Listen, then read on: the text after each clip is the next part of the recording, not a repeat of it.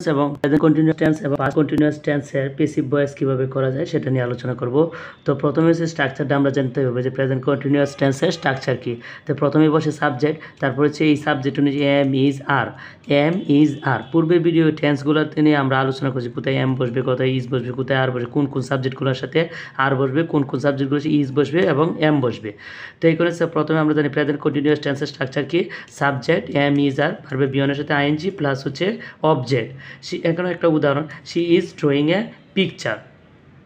তো present continuous টেন্সের passive ভয়েসের স্ট্রাকচার, তো অবজেক্টই হবে সাবজেক্ট হয়। আমরা ইতিপূর্বে বলেছি যে প্যাসিভ ভয়েসের ক্ষেত্রে সব সময় অবজেক্ট কী হবে, সাবজেক্ট হবে এবং সাবজেক্টই কী হয়ে যায়, অবজেক্ট হয়ে যায়। তো এই যে সাবজেক্ট অনুসারে এম ইজ আর, এই সাবজেক্ট অনুসারে কী বসবে, এম ইজ আর। তারপর হচ্ছে বিং, তারপরে হচ্ছে কি বিং, তারপরে হচ্ছে কি বিং। তো এখানে কি হবে, বিইংয়ের পরে হচ্ছে ভার্বের 3 নাম্বার ফর্ম, ভার্বের 3 নাম্বার ফর্ম। বিইংয়ের পরে কি হবে, ভার্বের 3 নাম্বার ফর্ম। তারপরে বায়ের আগে যদি অতিরিক্ত অংশ থাকে সেই অতিরিক্ত অংশটুকু দিয়ে দিব। তারপরে সাবজেক্টটা কী হয়ে যাব, অবজেক্ট হয়ে যায়। সাবজেক্ট কী হয়ে যায়, অবজেক্ট হয়ে যায়। যেমন আমরা এখানে বলছিলাম she is drawing a picture, এখানে এ পিকচার হচ্ছে গা অবজেক্ট।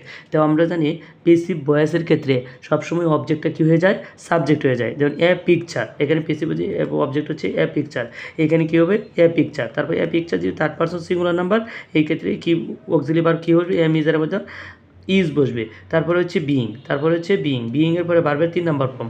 তো ড্রিউ ড্রন, তো ড্রন হচ্ছে ভার্বের 3 নাম্বার ফর্ম, এখানে ভার্বের 3 নাম্বার ফর্ম দিলাম। তারপর বায়ের হয়ে যেহেতু অতিরিক্ত অংশ নাই, সুতরাং বায়ের পরে কী দেবো, সাবজেক্টটা অবজেক্ট হয়। শিয়ার অবজেক্ট কি, হার, শিয়ার অবজেক্ট কি, হার।